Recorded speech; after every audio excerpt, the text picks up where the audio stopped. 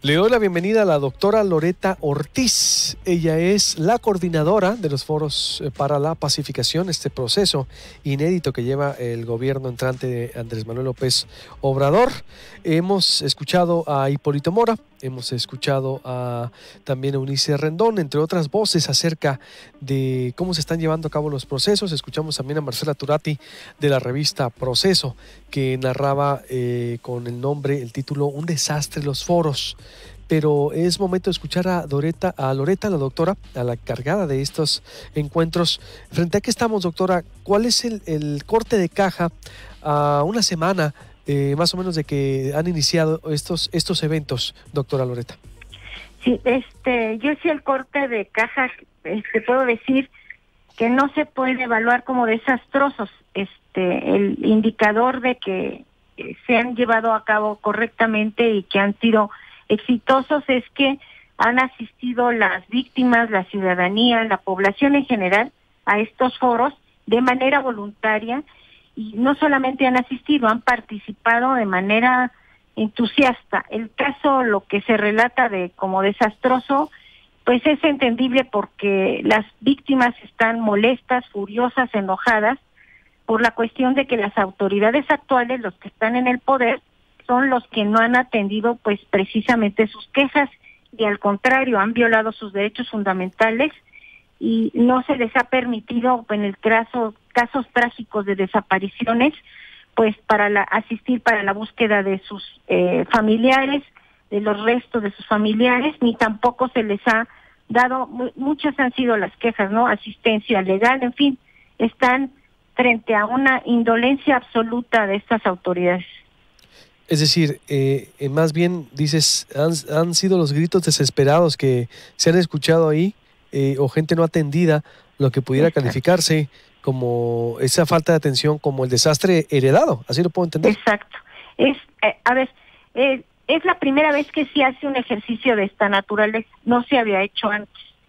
La percepción de que hay un desastre, pues es que no han asistido o no han percibido todo lo que es este ejercicio de estos foros. Hay una primera parte que es la plenaria, donde exponen una víctima, un empresario, y después también participa un líder religioso y un académico.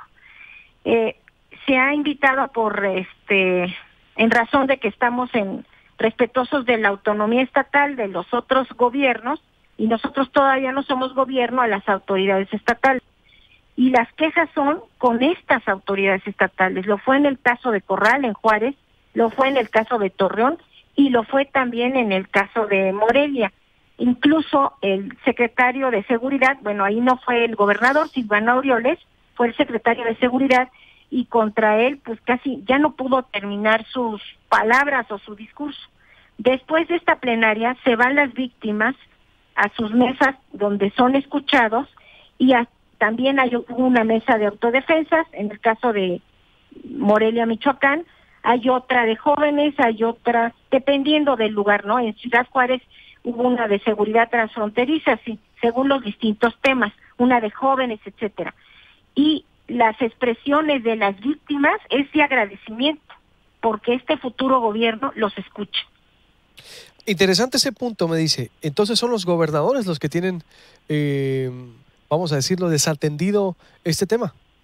Sí, no han es una indolencia, pues, lo que se ha dicho, pues lo dijo en palabras Durazo, el futuro secretario de Seguridad dijo, recibimos en crisis, ¿no? O no me acuerdo las palabras exactas, la cuestión de seguridad del país.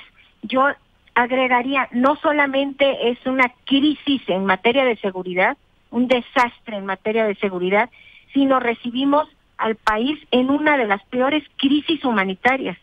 En ningún país del mundo las víctimas buscan los restos de sus familiares desaparecidos, y pueden permanecer sin acceso a la justicia, algunos por 17 o 20 años, 2 décadas, sin que haya justicia.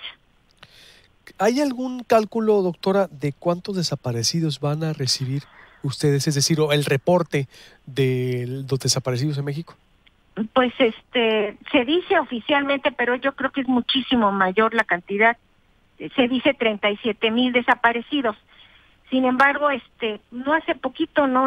Tuvimos la noticia que en Veracruz encontraron una nueva fosa, ¿no? Con 500 cuerpos, muy cerca ya en Boca del Río.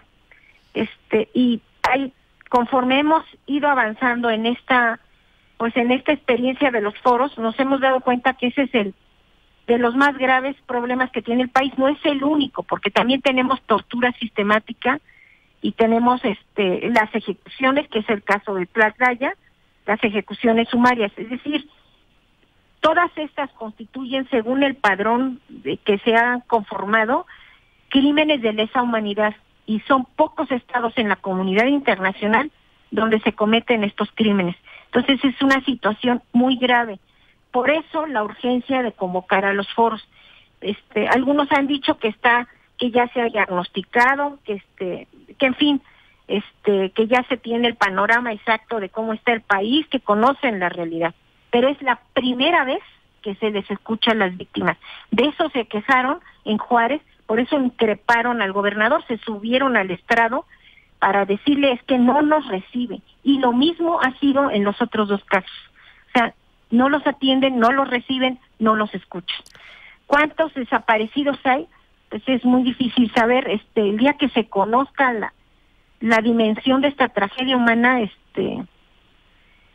desgraciadamente va a aparecer, yo creo que más muertos que en la revolución, por ejemplo, vamos a detallar qué pudiera ser la crisis humanitaria que heredan los desaparecidos. ¿Qué otros elementos? Desaparecidos, ajá, ejecutados, es decir, personas que debían de ser detenidas y que no fueron detenidas y que fueron ejecutadas, porque toda persona, aunque sea un criminal, debe de ser juzgada.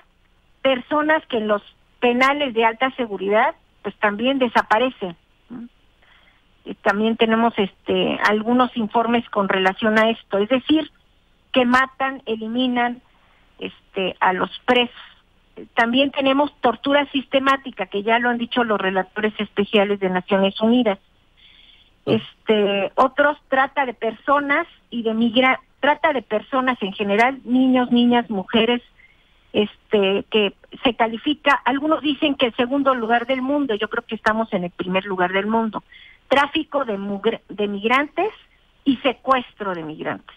O sea, y además de desplazamiento, porque con todos estos problemas de falta de seguridad, etcétera, y de la falta de gobernabilidad de ciertos lugares del país, han ocasionado un desplazamiento masivo de muchísimos mexicanos, ocasionando con esto que abandonen sus bienes, sus propiedades, en fin, y que tengan que buscar una nueva vida. Se habla de Venezuela, cómo están saliendo los nacionales venezolanos a otros países. Bueno, pues en México se dio en los últimos años un desplazamiento de muchísimos mexicanos hacia el sur del territorio nacional, los que no tenían recursos para irse a Estados Unidos.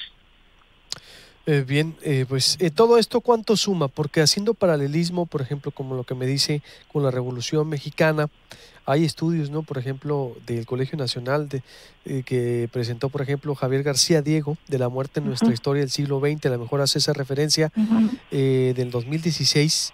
La Revolución Mexicana de 1910 a 1920 representó la mayor pérdida y retroceso demográfico en el territorio mexicano, cuando la población originaria pasó de alrededor de 20 millones a 4 millones de habitantes. Es decir... sí, es muchísimo. Sí, bueno, eso sería la mejor. En la historia del país podría ubicarse detrás del impacto que causó la conquista española. Sí, son datos de la conquista española. Pero de la Revolución Mexicana, por ejemplo, ¿cuánto pudiera ser? Se habla aquí el estudio de cuántos murieron o cuánto es la tragedia humana de la Revolución, haciendo el paralelismo con esta. Doctora. Pues digo, es muy difícil que yo te lo diga, yo me imagino, ¿no? Es que no tenemos un conflicto. A ver, todo esto surge porque hay una violencia extrema, violencia generalizada que nos ubica dentro de los países más violentos del mundo. O sea, y en esto entró la discusión que si estamos en guerra, que si no estamos en guerra. No es guerra, es un conflicto interno que ha cobrado muchísimas vidas. O sea, saber exactamente cuántas, pues sí está muy... Porque desgraciadamente, y ese es otro de los problemas, en los casos de desaparecidos, no hay investigación seria. Es decir, apenas tenemos una ley de desaparición forzada que crea ya un sistema para la búsqueda de las víctimas, pero yo he tenido contacto con familiares que me han dicho que ellas, no con la ayuda del gobierno, buscado a sus familiares y a veces se encuentran el cuerpo en un CEMEFO, es decir, 2 años después, y de casualidad además. Entonces, no se tiene coordinación, ni control alguno de los CEMEFOS, tampoco de los panteones municipales. Con todo esto, poder decir una cifra es prácticamente imposible. Lo que sí percibo es que hay, por ejemplo, en Morelos encontró la que preside una organización de la sociedad civil de eslabones humanos, en una fosa en el Panteón de Morelos, donde encontraron más de 80 cuerpos. O sea, uno se pregunta, bueno, ¿no deberían de haber investigado? Porque el que aparezcan personas muertas así nada más como así, pues obliga al Estado, en un Estado de derecho, al gobierno, a investigar cuál fue la causa de la muerte. Y esto no ocurrió. Sencillamente, en algunos casos incluso una parte de un cuerpo y otra cabeza lo enrollan como si fuera un tamal y lo avientan a una fosa. Uh-huh. Así se han encontrado muchísimas fosas donde hay cuerpos que no se sabe ni siquiera a quién, o sea, cuáles son los restos a los que se deben entregar a los familiares. Lo único que sabemos es que ya el gobierno de Peña Nieto rebasó al de Calderón con muertes, ¿no? Eso sí sabemos, es decir... Pues sí, y ahora, saber la cifra, pues es que cada día se encuentran nuevas fosas. Y ustedes ahorita están buscando en Torreón precisamente, ¿no? Están los familiares buscando los restos. Pero es increíble que sean los familiares. Uh-huh. Los familiares, que sí, no sea el gobierno, el Estado. Exacto, como aquí en Sonora lo hemos visto también. Bueno, como en todo el país. Entonces, ¿ustedes propondrían o estarán haciendo una especie de atlas de la muerte o de esta tragedia humanitaria? A doctora. ver, ¿por qué sí es esto? Una vez que se escucha, no nada más a las víctimas, a la ciudadanía, a los expertos, a los académicos, a los interesados a participar en un proceso de paz, porque el proceso de paz, no de pacificación, sino proceso de paz, entonces de ahí se van a tomar los insumos para poder en su momento iniciar las acciones o la política pública necesaria para contrarrestar esta violencia, y también los proyectos de ley necesarios para atender a estas quejas, a poder atender a este sufrimiento de verdad. Se está pensando en una ley que establezca un sistema integral que se va a llamar Sistema Integral de Justicia, verdad, garantías de no repetición y reparación a las víctimas. Y ahí va a estar incluido las comisiones de la verdad, una comisión de la justicia, un futuro fiscalías especializadas para hacer justicia, para atender a estos reclamos de desapariciones, ejecuciones, etcétera, y para terminar con un tribunal penal para la paz, para juzgar a estos criminales, porque ciertamente, y al otro lado viene lo de las amnistías, pero no se va a amnistiar jamás a alguien que cometiera uno de estos crímenes, es decir, un crimen de lesa humanidad, sea desaparición, ejecución, trata, en fin, cualquiera de los que mencioné, que conlleve el uso de la violencia o de la fuerza. Uh-huh. Bien, ustedes entonces se encaminarían a esto, sí. a un tribunal especializado. Sí, eso lo estamos estudiando. ¿Por qué? Porque se ha visto que como están actualmente las autoridades, o sea, se requieren especialistas. Uh-huh. Ni los que investigan tienen, o sea, un Ministerio Público no tiene, a un fiscal, no tiene la capacidad ni el tiempo, la preparación para investigar ese tipo de crímenes. Entonces necesitamos capacitarlos para investigar las desapariciones y a su vez, una vez que se haga la investigación, para que también pase a un tribunal especial, que pensamos denominarlo Tribunal Penal para la Paz, para que se juzguen estos crímenes.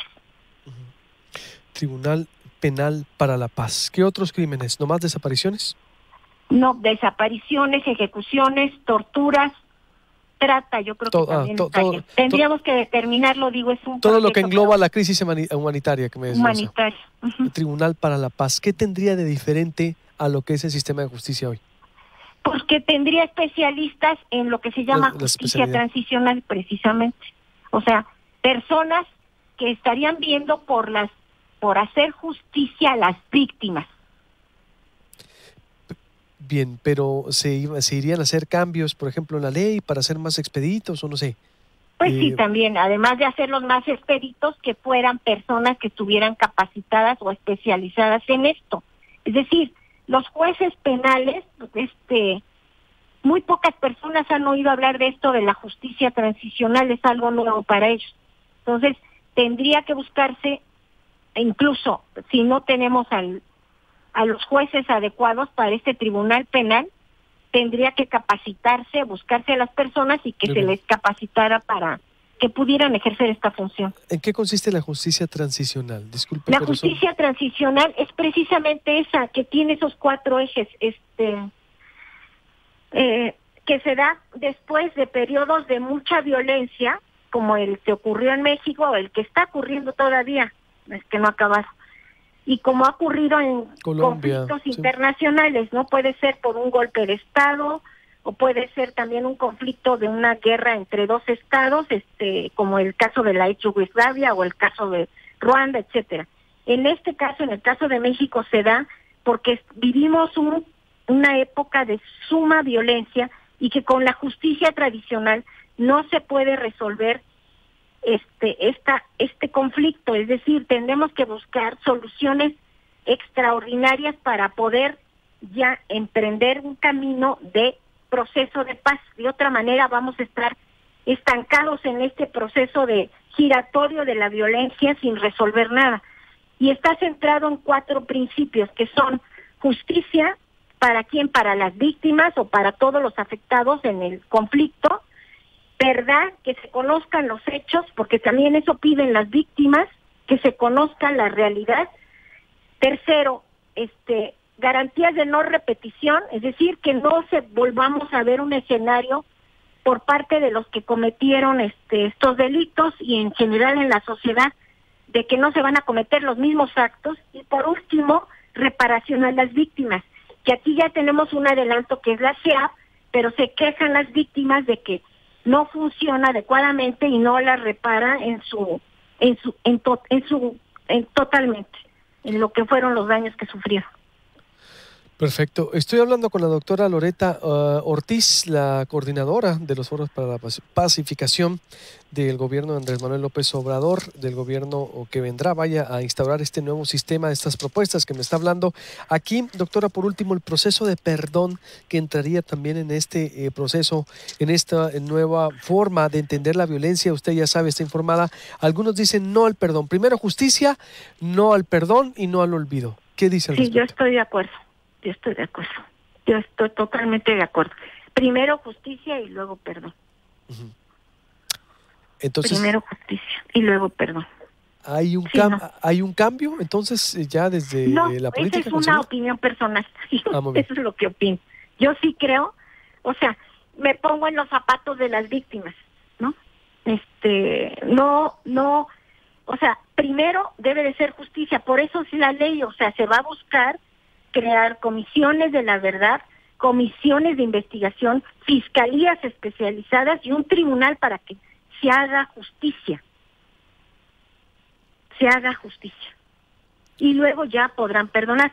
Se habló en realidad, y eso lo dijo Durazo, o sea, yo no estoy de acuerdo en perdonar el perdón así jurídicamente, ¿no? Estos crímenes jamás serán amnistiables. Amnistía significa olvido, perdón. Nunca procederá con los crímenes de lesa humanidad, que son estos, ni el olvido ni el perdón. Nunca. Lo que puede proceder, y que es el caso que se ha manifestado, es que internamente las personas, para poder seguir viviendo y llevar esa pena, pues necesitan una reconciliación, internamente pueden perdonar.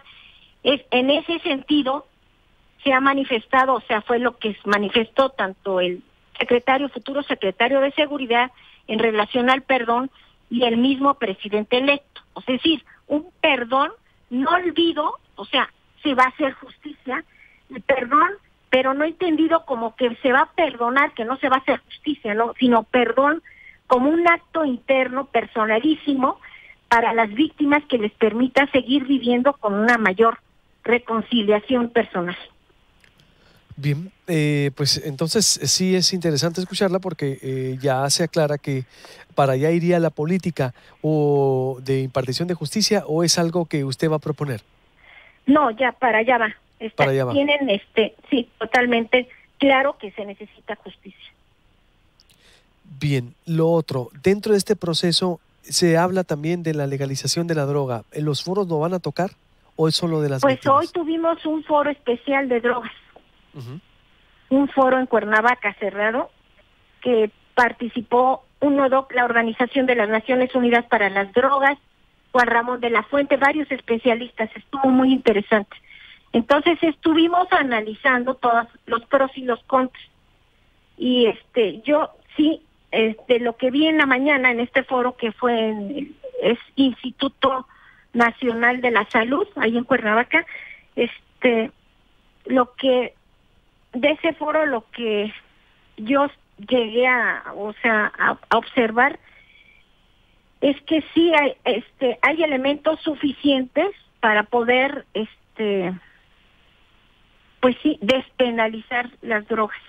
Claro que vamos a tener que hacer un análisis más profundo, porque esto no se puede decir, o sea, cuáles serán, qué medidas se tomarán. Se hablaba de sustitución de cultivos.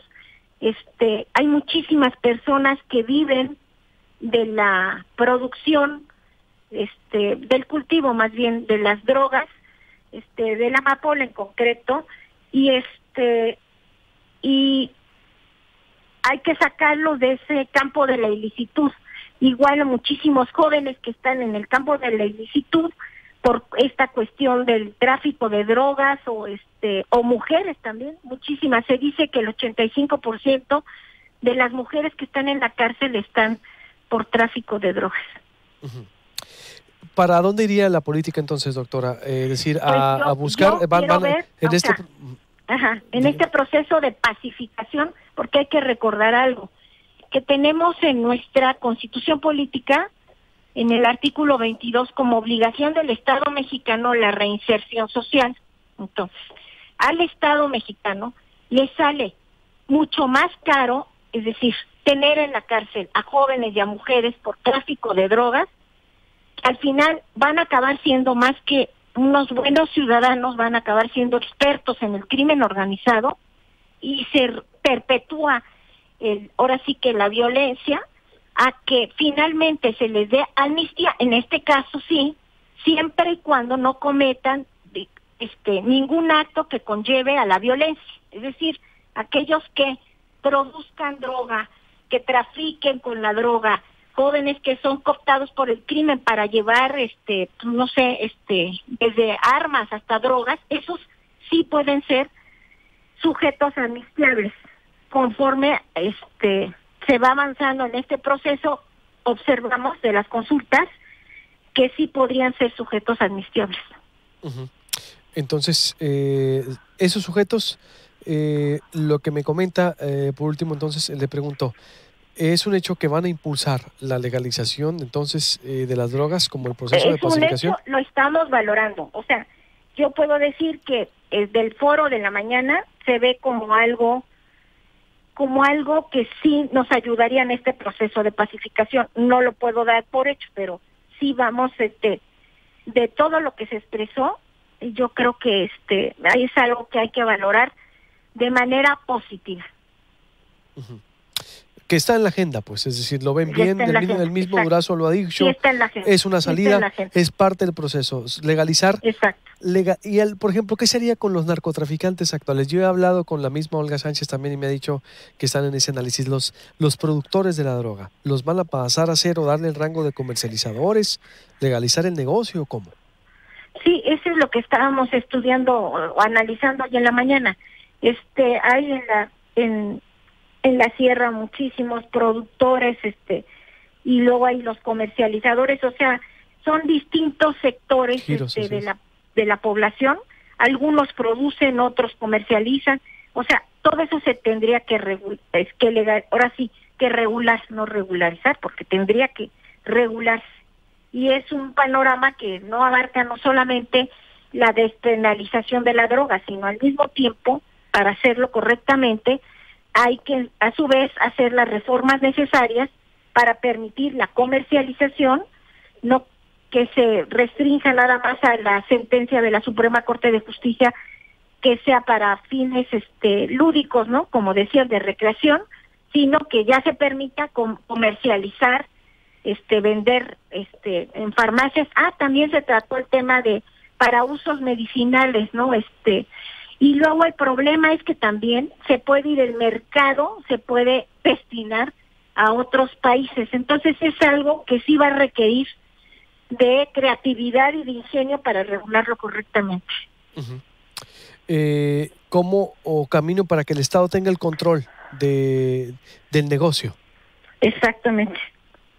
Sí, sí, esa va a ser la cuestión, porque si no se puede ir el mercado hacia otras partes. Uh-huh.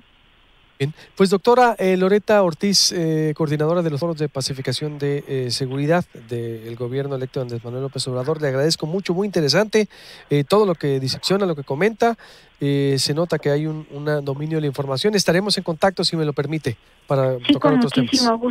Con muchísimo gusto, le agradezco. Gracias. Yo soy la agradecida. Gracias, doctora, estamos en contacto, Buenos días. Buenos días. Buenos días. Ya escuchó usted entonces, ya escuchó usted a la doctora todo lo que viene y estaremos por supuesto dándole seguimiento a todo este proceso. Además un sonorense lo encabeza, Alfonso Durazo. Le recuerdo, suscríbase al canal de YouTube para que usted nos vea desde su casa. De 6 a 9 estamos en horario de Hermosillo, 8 a 11 hora de la Ciudad de México. YouTube, suscríbase ahí a la campanita para que nos vea o puede vernos durante el día. Baje la aplicación para su teléfono celular en la Apple Store, para iPhone, en Google Play para Android, para que usted esté informado todo el día. Volvemos con más información. Hay muy buena información en proyectopuente.com.mx. Se la voy a leer. El dirigente de Morena, la falta de gasolina en Hermosillo, la falta de becas a estudiantes de escuelas particulares, mesa de análisis y más. Tostado.